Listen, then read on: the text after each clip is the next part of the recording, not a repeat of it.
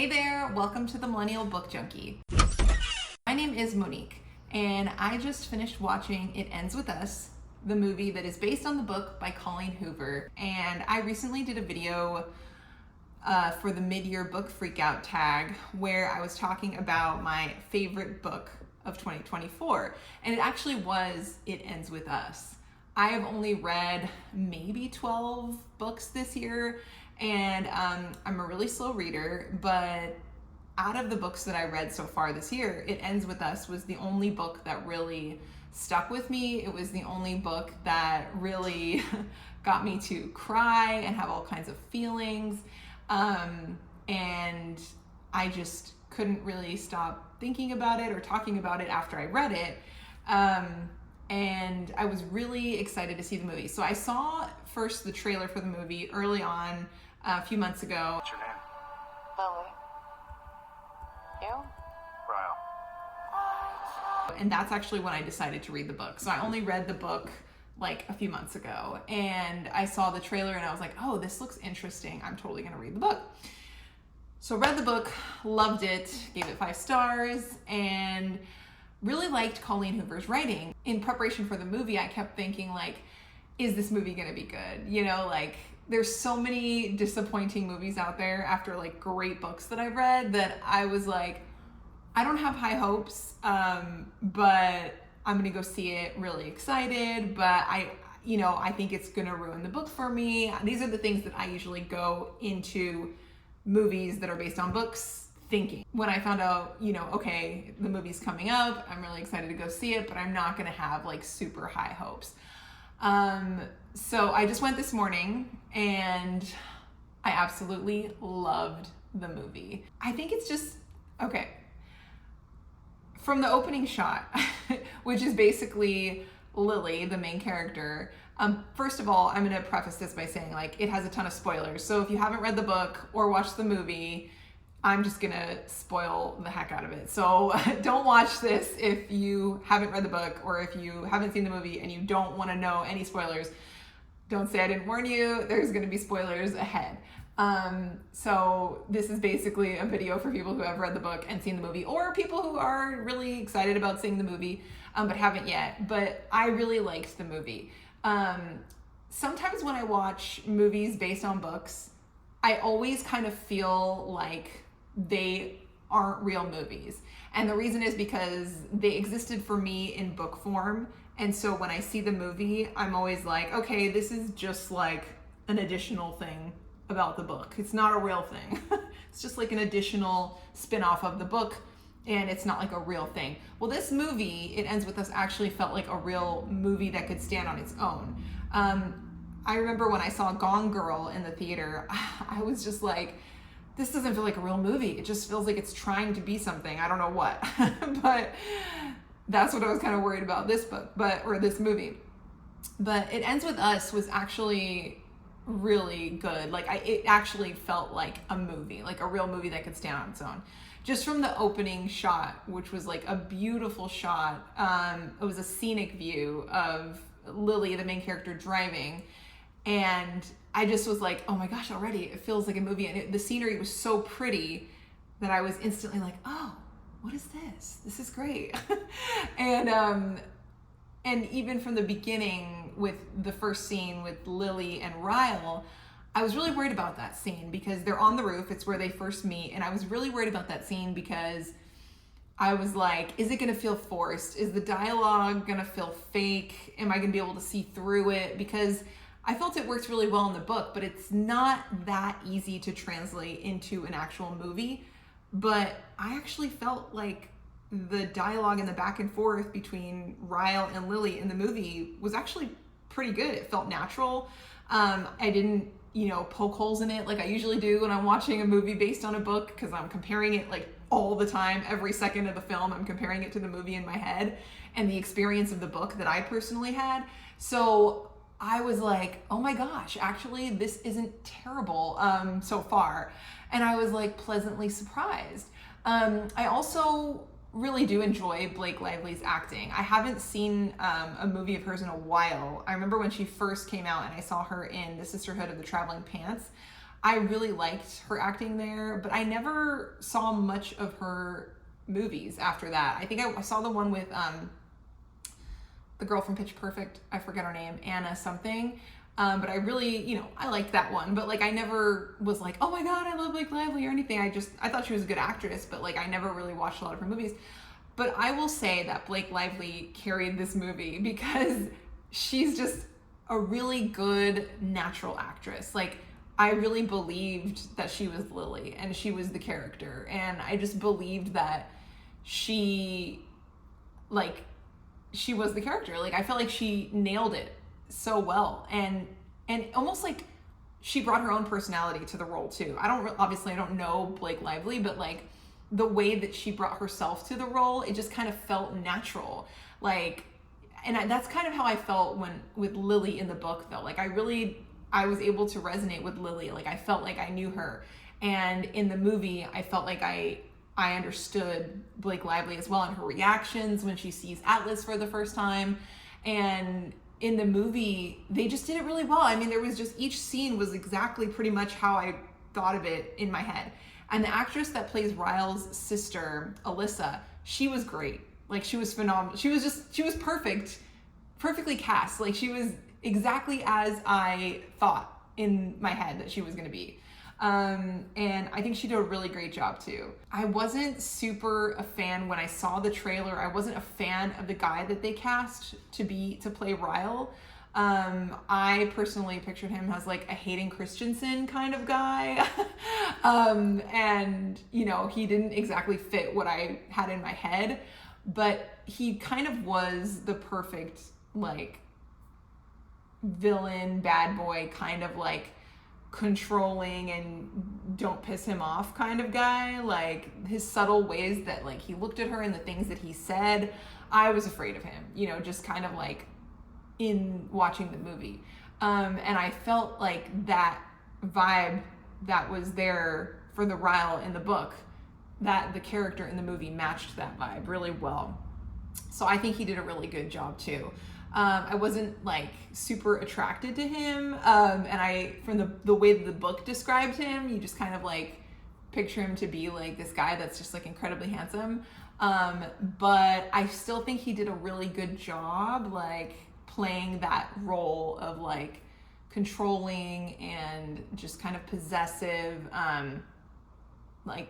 So the character that he played, I feel like he did a really good job playing Ryle. Now I just want to talk about the music of the movie, because the music, along with Blake Lively, just carried that whole movie. Like, in the beginning scene where Ryle and Lily are on the roof, they played a song when they started to kiss, and I was like, I don't even know what song it was, but it was like the song that was perfect for that moment. And I was like, wow, this is gonna be a good movie. I don't know, the way that they paired the song to the scene was really well done. And then throughout the movie, when they were going back to Lily's childhood, where she was with Atlas, the childhood friend, the music that they had there was really what sold me on this film, like even more. Because they were playing Dashboard Confessional in one of the scenes where they were kissing in her kitchen when she was a teenager. And I was like, oh my God, that is everything to me when I was a teenager, Dashboard Confessional. And like, when I heard that song playing in the movie, I was like, these producers know what they're doing. They are targeting millennials right now, the emo millennials specifically.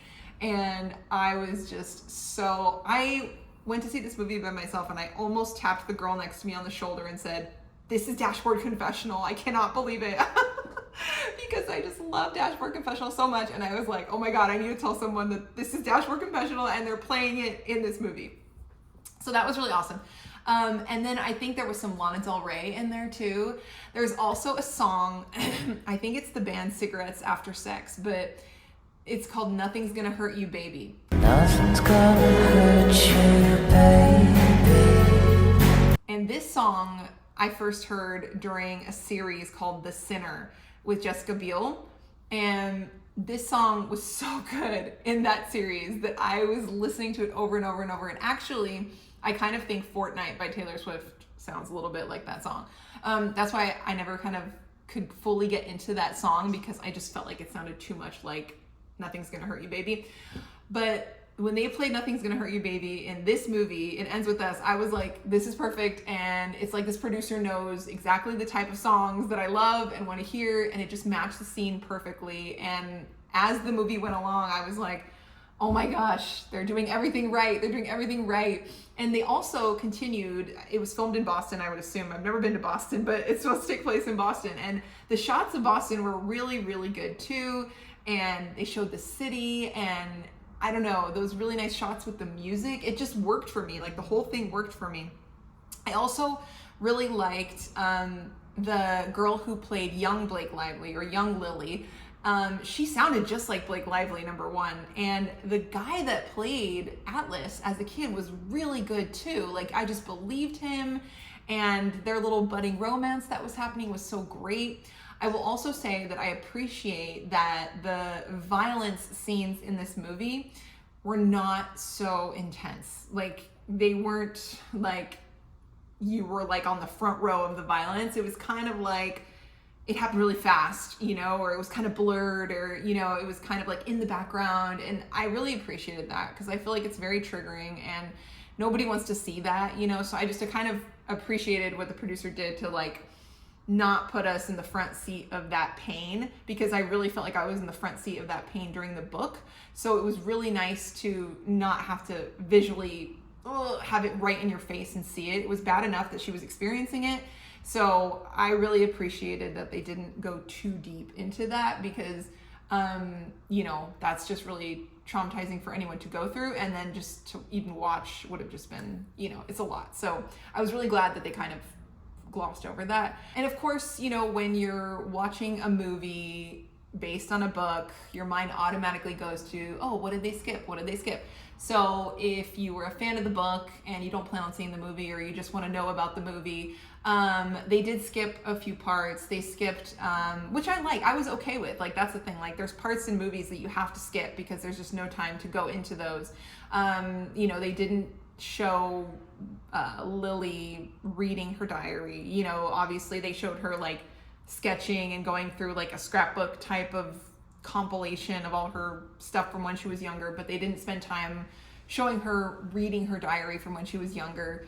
They didn't show the roommate that she had in the book. They also didn't really, you know, obviously go too deep into the sex scenes like they do in the book. I think this is probably PG-13. I don't know the rating, but obviously they skipped a lot of that.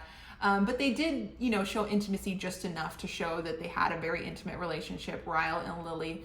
They, of course, also skipped, you know, the smaller scenes, you know, like Lily having a baby shower, you know, her talking to her mom about her mom was dating someone towards the end of the book, you know, that kind of stuff.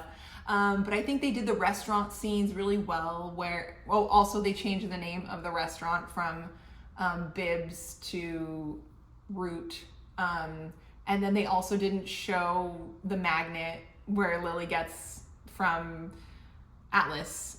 Everything's better in Boston. They didn't do that bit. But everything else they pretty much did really well. They stuck to the storyline of the book. Also, Colleen Hoover is in the movie. I saw her in the scene where it's Alyssa's birthday and she was among the crowd, and I was like, oh, that was another part where I almost tapped the girl on the shoulder next to me and was like, that's the author, because I was like, there she is. It's always nice when they put the author in the movies. I know Stephen King was in a lot of his movies, so I love that. It's almost like a nice little hello. So I really liked that. So overall, I just loved the movie. I think they did a really good job, and I was really surprised by the fact that they did a good job, just because I'm just so used to books being so much better than the movie. I was just really blown away that this movie was actually really good. I could not stop thinking about the music. One more callback to the music and being a millennial, at the end of the movie when the credits are going up, there is a song that plays, and it is a remake of Britney Spears' Every Time. And I loved that song growing up. So when I was leaving the theater, I was like, oh my God, they're getting me with this song, this girl singing every time, Britney Spears every time song, and I was just like, oh my God, could this get any better? And I just loved it. You know, I cried. I'm a bit of a weepy person, so I cried, and I really, really enjoyed it. So if you really liked the book, or if you haven't even read the book, like, I think you'll like the movie. You know, like I said, I feel like this movie could really stand on its own. I just have not seen that a lot with movie adaptations, and the fact that I just think it did really well. Like, even if you didn't read the book, like the girl next to me, I asked her if she liked it, and she was like, I really liked it. I didn't read the book. I was like, see, there you go. That's a good evidence for a movie standing on its own, which I really, really like. And it said that it was executive produced by Colleen Hoover too, so I'm great that she had kind of a role in helping it get developed. I think that probably really helped. I'm just really, really pleased with how it came out. So I hope you guys go see it. I think the Rotten Tomatoes score was like 59 or 60% when I first looked it up, but I really liked it. So I hope that you guys will go see it, and I hope that you guys enjoyed it as much as I did. If you read the book or saw the movie, let me know in the comments. I would love to know your thoughts. And of course, if you're a millennial and you felt just like, oh, when you heard the music, let me know. Also, Post Malone. They played Post Malone songs in there, or one song, but it was, I don't know. I can't get enough. The soundtrack, just spoke to me. So thanks for watching. If you like all this content, bookish millennials content, like and subscribe, and I will talk to you guys later. All right, bye.